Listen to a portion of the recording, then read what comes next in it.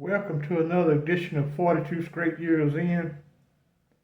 On my Crackhead update, I was over in South Dallas yesterday I stopped by my buddy's spot, Red Devil, and there's always gonna be activity at his spot, always.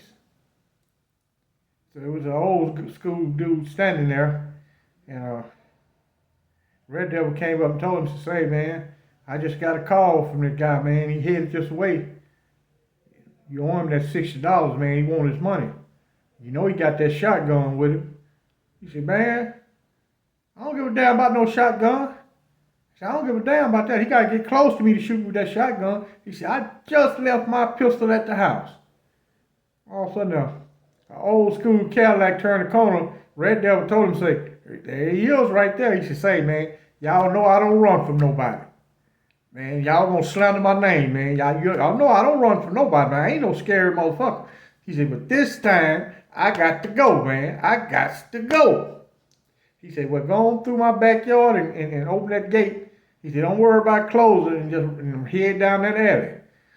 He said, so the dude said, man, I don't know. I'll stay here and fight that motherfucker. He said, well, he got that 12 gauge.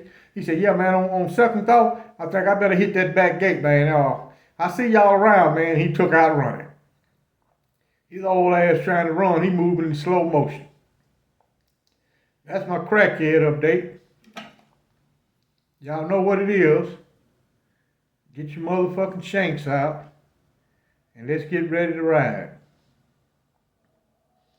Yeah, on the 20th of this month, me and some more YouTubers here from Dallas going to be passing out turkeys over at Furrow City on Riverfront between 12 and 2. It's on a first come, first served basis. So if you live in the Metroplex area, you want to come out and meet and greet, you'll get to meet, I'll be there, Sock Walker, Dewberry, and a couple more YouTubers, they'll be there. So you can meet and greet, get to see us in person. Yeah, I was contacted by a prison guard, and he told me they using me as part of the training academy. He didn't go into detail on how they were using me. He said, man, if they use you, it's part of our training. So eventually I found out what the hell that is.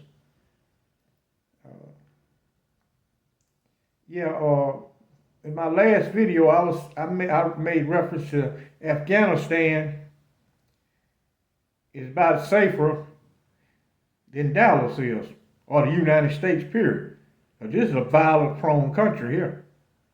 You can get robbed, get shot. Shit is happening every fucking day. Every day you turn the news on, it's happening. And the Taliban don't like no drug dealers.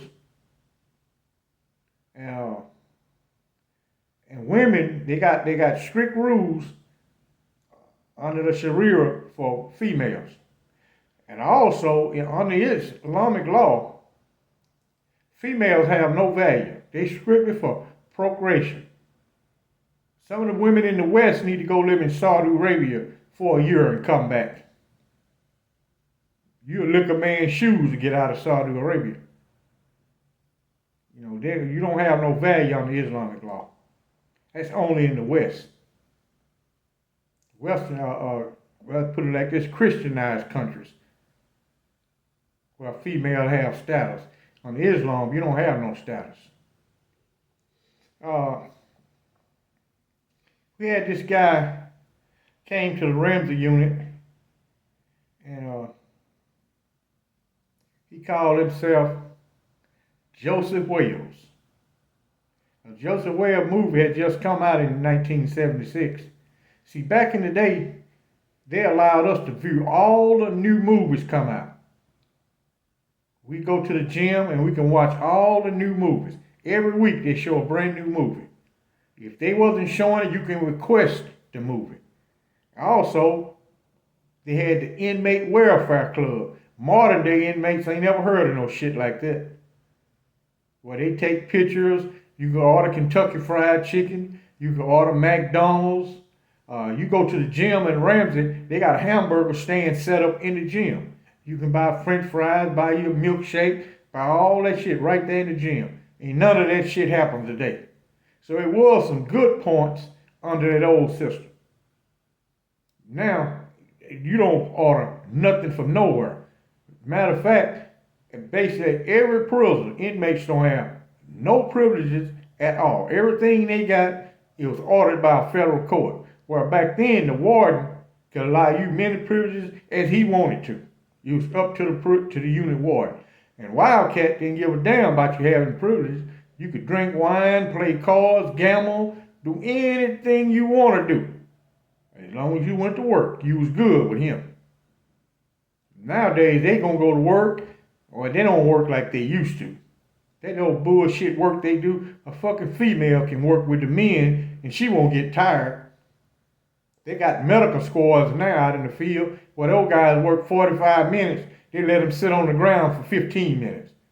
Out of the old system, that didn't happen. We turned out at 6 in the morning.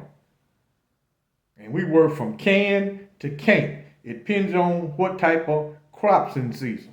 If it's cotton season, when we come in, it was going to be dark. Every day. They didn't give a damn. You was going to pick that cotton.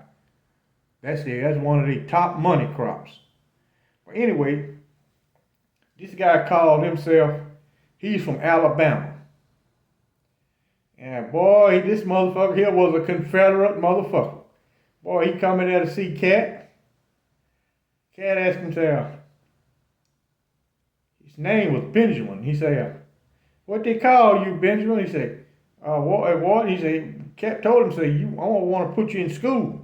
He said, I see you read on the 3rd grade level. He said, yeah, I dropped out of school when I was in the 3rd grade. He said, well, we'll put you in school here where you can get your education. He only had 15 years. And he said, no, I don't want to go to school. He said, I don't need no school. He said, I can't read nor wrote, but I don't want to go to school. He said, see, this is how this works, boy. See, them other people, they go to work, they go to school, get them a good job, and I come rob. That's how it works. You understand? You see where it's going? Cat sitting there looking at this fool. He said, what they call you? He said, I'm known as Outlaw Joseph Wales. He said, I wish I had my 357 Magnum. He said, boy, they got some big niggas here. He said, whoa, there's some big niggas here. He said, when we got off the bus, there was a big one standing back there. He said, oh, yeah, that was Bear. He told me, he said, step out there in the hallway and tell old Bear to come in here for a minute. I went out there and told Bear Cat wanted him. So Bear come in there, Cat tell Bear, he say, this is old Outlaw Joseph Wales right here. We already seen the movie. He said, Cat told him, say, that's Bear. That's the guy you was talking about. He turned around and looked at Bear. That's a no-no. He don't lie, you be looking at him. Bear hit him. Boom, boom, boom. Started beating him down. He ain't really trying to hurt him. Because he's so goddamn strong, he ain't trying to hurt him. He just whooping his ass real good. Well, that motherfucker let out a scream that put one of them country western female singers to shame. That motherfucker screamed up in that office.